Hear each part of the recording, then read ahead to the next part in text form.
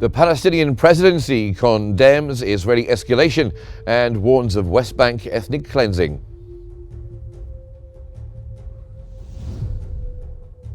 Netanyahu's government aims to avoid war's end but maintain a ceasefire under the Hamas-Israel deal. And Russia continues dialogue with Syria on military presence.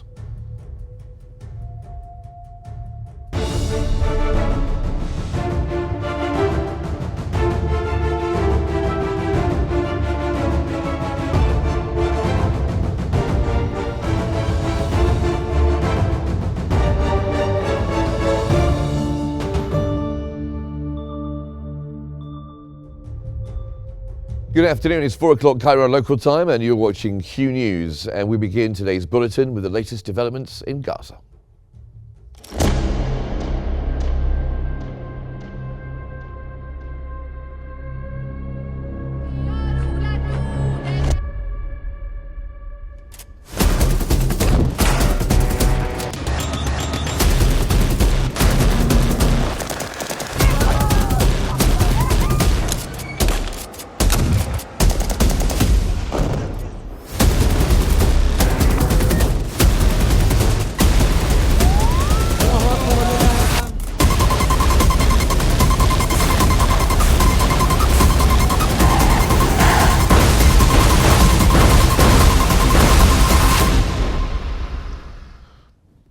The Palestinian presidency has condemned Israel's military escalation in the West Bank, warning of ethnic cleansing and forced displacement.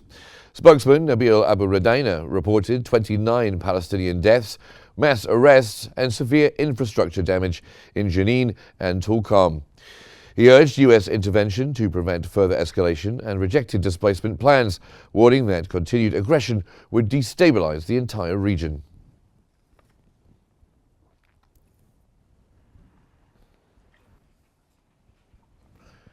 The Palestinian Health Ministry has reported 70 deaths in the occupied West Bank since the beginning of the year, mostly in Jenin.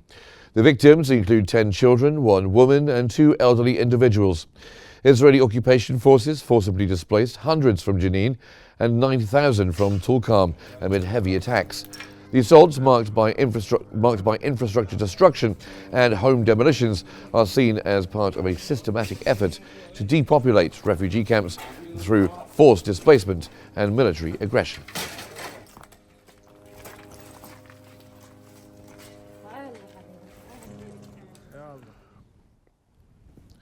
Israeli military operations in the West Bank have intensified, causing widespread destruction, displacement and escalating tensions. Israeli military operations escalated across the occupied West Bank with heavy activity in Tulkarm and its surroundings. At dawn, Israeli forces launched a large-scale raid on the Nur Shams refugee camp, east of Tulkarm. The incursion involved military vehicles and bulldozers, causing severe damage to infrastructure, including roads, water and sewage systems, and power lines. Witnesses reported home demolitions and the detention of numerous residents for field interrogations. Simultaneously, Israeli forces expanded their operations in Jenin, demolishing around 20 buildings in the refugee camp. The ongoing offensive there has resulted in at least 25 Palestinian deaths and the displacement of nearly 20,000 residents. The Palestinian Authority strongly condemned the military actions, with President Mahmoud Abbas urging U.S. intervention to halt the escalation. He also called for an emergency session of the United Nations Security Council. The Palestinian Ministry of Health reported that parts of Jenin's public hospital were damaged during the attack, though no casualties were recorded. Tulkarm officials described the Israeli operations as a dangerous escalation. Governor Abdullah Kamil accused the Israeli military of spreading destruction and chaos. The extensive damage to infrastructure has severely disrupted daily life, making access to essential services increasingly difficult. Tensions in the West Bank continue to rise, with international observers warning of severe humanitarian consequences. Calls for restraint and the protection of civilians have intensified as the situation deteriorates. The Council of the Arab League has convened an extraordinary session at the level of permanent representatives, chaired by Yemen, who's presiding over the council. The extraordinary meeting convened at Jordan's request in coordination with Egypt and Palestine, and it addresses the ramifications of the Israeli Knesset's decision to prohibit the operations of the United Nations Relief and Works Agency, UNRWA, in the occupied Palestinian territories, including East Jerusalem and Gaza. A resolution rejecting these unlawful Israeli actions is expected to be issued by the end of the session. The Palestinian Ministry of Foreign Affairs has welcomed European Union High Representatives for Foreign Affairs. Kaya Kalas's condemnation of Israel's ban on UNRWA activities. They expressed concern about the severe consequences for UNRWA operations in Gaza and the West Bank, including East Jerusalem.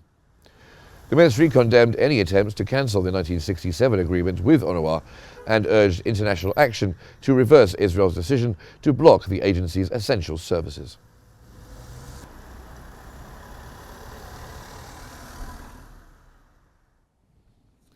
Arab League Secretary-General Ahmed Abul-Gheit has met with UN envoy Sigrid Kaag to discuss Gaza's catastrophic situation. Both rejected forced displacement, emphasizing that reconstruction can proceed without it. Abul-Gheit warned that Israel aims to make Gaza unlivable, stressing urgent humanitarian aid and accelerated rebuilding. He reaffirmed the two-state solution as the only path to lasting peace, warning that without it, the region faces continuous cycles of violence.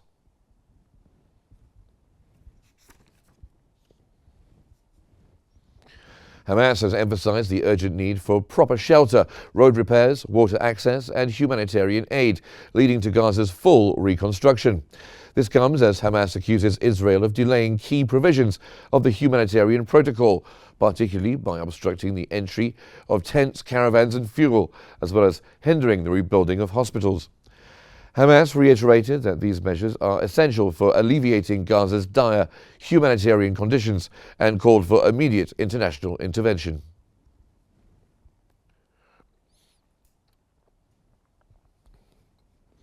Israeli media has reported that Netanyahu's government seeks to avoid declaring an end to the war while maintaining a long-term ceasefire in the second phase of the deal. That comes as Israeli opposition leader Yair Lapid stated that there are no political obstacles to the second phase of the detainee exchange deal. Lapid mentioned that the exchange deal enjoys significant support from both the Israeli public and the Knesset members.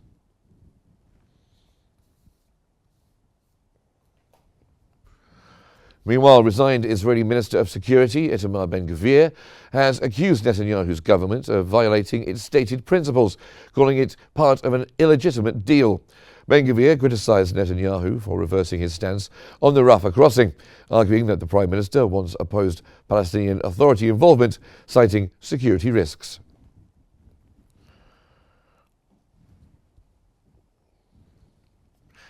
Egyptian Foreign Minister Badr Abdel Ati has emphasized the importance of sustaining the Gaza ceasefire, ensuring humanitarian aid to the region. This came during a phone call with the European Commission Vice President Kaya Kalas, where they supported reconstruction projects to allow Palestinians to remain on their land. During the call, Abdel Ati highlighted Egypt's continuous efforts for regional security and stability amidst geopolitical challenges.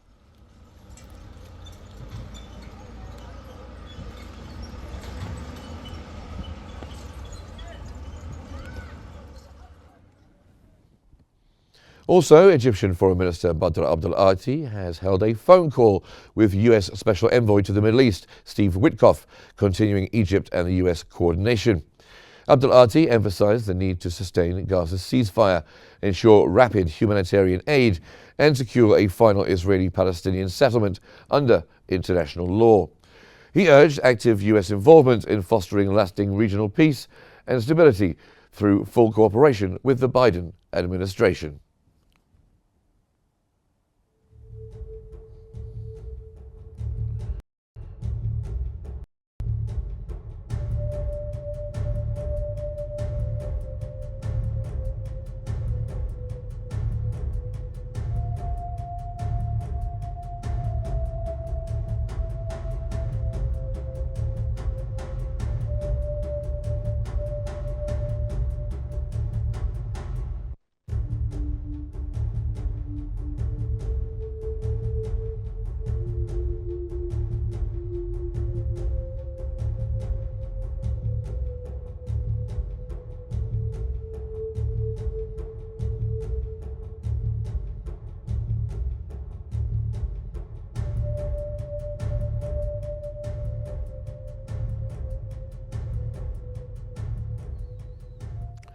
Arab foreign ministers have united in Cairo, affirming Palestinian rights, Gaza's reconstruction, and a path to lasting peace. Here's our report.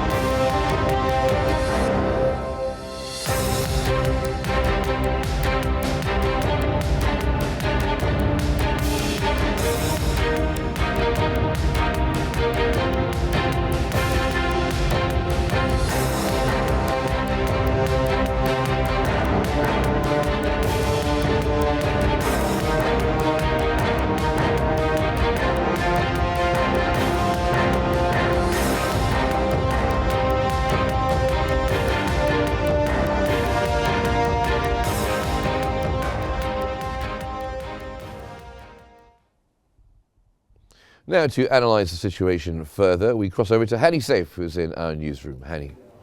Thank you, Mark. And for further analysis on the current situation in the West Bank, we are joined from Ramallah by the political writer, Mr. Jamal Zakout. Welcome to Qnews. First off, can you elaborate on the recent escalation of the Israeli military actions in the West Bank? Yeah, I think that the Israelis are attacking the West Bank towns and villages and towns, and mainly the refugee camps. It's not new policy. It started either before the 7th of October. If we return back to the situation in West Bank before 7th of October, Israel was declared the will to annex many of the Palestinian lands, which called Area C and some of Area B, as a part of the annexation of all the West Bank. What's going on in these days in Israel is using the issue of security, but I think that they are going to eliminate the issue of the refugees by dismantling all the refugee camps in the West Bank. It is parallel with their decision towards the UNRWA. It means that Israel wants to put aside once forever the issue of the right of refugees to return back to their homeland. This is a part of the Israeli strategy to liquidify the Palestinian issue, both in West Bank and the Gaza Strip and as all. Unfortunately, the support of President Trump concerning the Palestinian citizens of the Gaza Strip to be allocated in Egypt and Jordan, it is in the direction of helping Netanyahu and his fascist government in that direction. So I think that the Palestinians have to unify themselves upon one vision, one strategy, and with the cooperation, full cooperation with the Arab countries, mainly Egypt and Saudi Arabia, to challenge these policies that could lead to instability in all the Middle East. I think that putting obstacles by the current leadership of the PLO as well the PA, not implementing the declaration of the June, which was signed and agreed by all factions and supported by the vast majority of the Palestinian people, endangering our Palestinian future and our Palestinian faith. Well, Mr. Zakoud, what do you make of the Palestinian presidency actually using the term ethnic cleansing in relation to the current situation? Yes, see, Israel is going with full determination and full support by the American policy towards ethnic cleansing in the Gaza Strip, but it does not exclude the West Bank. What's going on in the Palestinian refugee camps in the West Bank, it is a very clear evidence in that direction. Jenin will not be the first. It is not the first and will not be the last. They are doing the same in Tulkarem and in many other places, but I think that their plan, as first part of their plan, is to distract all the Palestinian refugee camps in the West Bank. This should be challenged by the Palestinians under the unity of all Palestinians within the PLO, and to establish a Palestinian non-factional government for agreed time, 3 or 5 years, to take care first to bring hope to the Palestinians in the Gaza Strip, to challenge the difficulties that their homes will be rebuilt. Because if the status quo of Gaza will return back as it is before 7th October, I think the reconstruction cannot be advanced. The same thing if the PA will be stuck on its policy not to have any understanding with the other factions, mainly those who are in Gaza, and to try to say that they can rule Gaza Strip alone, which is absolutely not only not practical, but will not work. And it is in Mr. Zakoud, sir, do you expect a response from the international community, especially in the US, to respond to Israel's actions in the West Bank? See, I think that Trump's plan, which called the deal of century, was very clear, which allowing Israel to annex not less than 30%.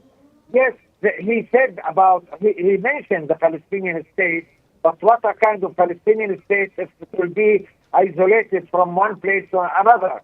And what about the future of Gaza?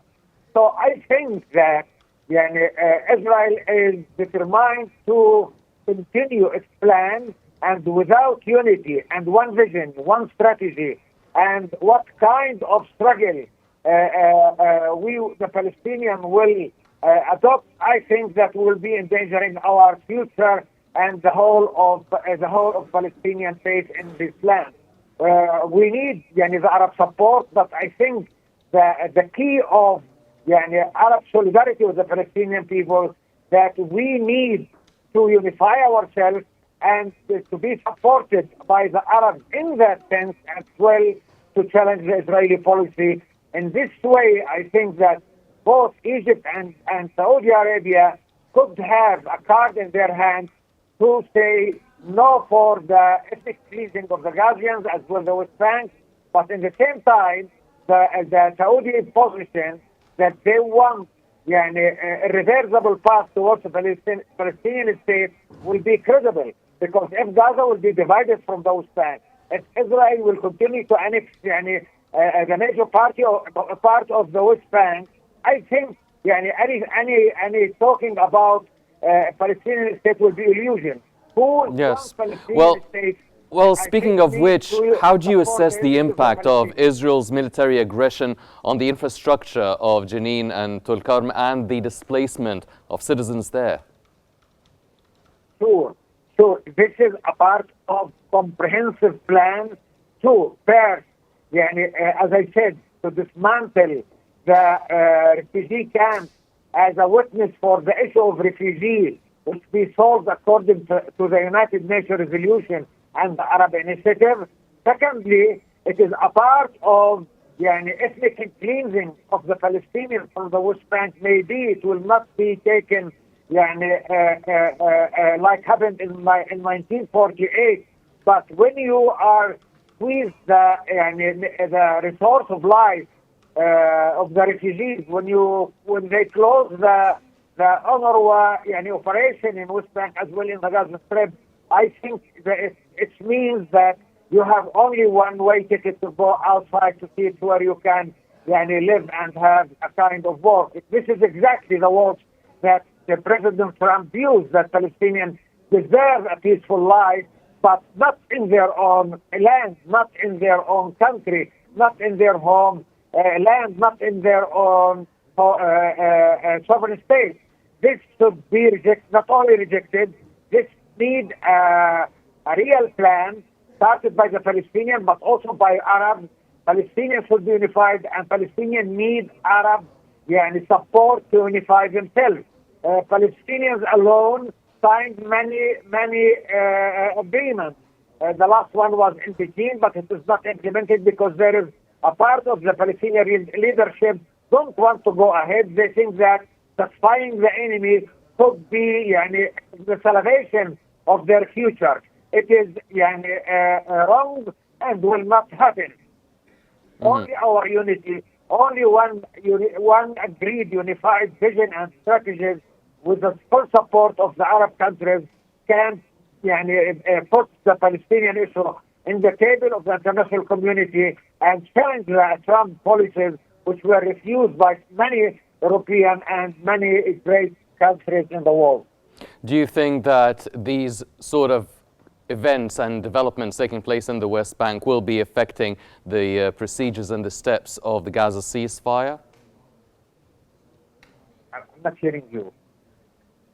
Well, unfortunately, we are out of time anyway. Mr. Jamal Zakoud, the political writer from Ramallah, thank you very much for joining us here on Q News. Mark, back to you. Thank you very much, Hani. Thank you indeed. Now moving on to Syria, where Turkey has announced that Syrian transition president Ahmed al-Shara will visit the country on February the 4th. This comes after al-Shara concluded his first foreign visit to Riyadh, where he met with Saudi Crown Prince Mohammed bin Salman and senior officials. Their discussions focused on Syria's security, stability, Arab relations and the lifting of sanctions. This visit marks his first international trip since assuming leadership of Syria's transitional government.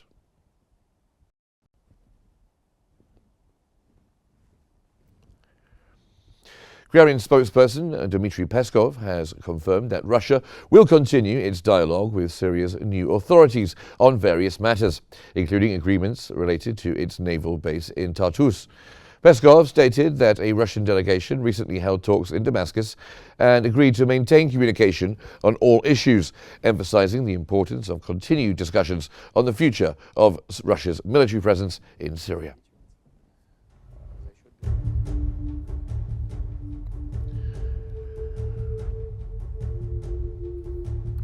Well, that's almost all we have time for. First, just time to recap the headlines.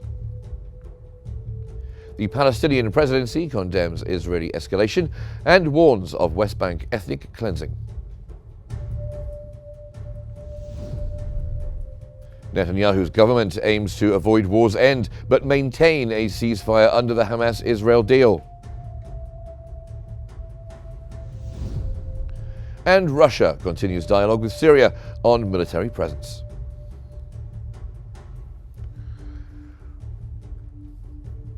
Well, that's all we have time for this hour, but don't forget you can follow us on your social media platforms. If you're not already doing so, please do. YouTube, Facebook, X, Instagram and TikTok. It's at QNews EGY. Thanks for watching and stay tuned for more updates on Q News. In Depth is on the way next.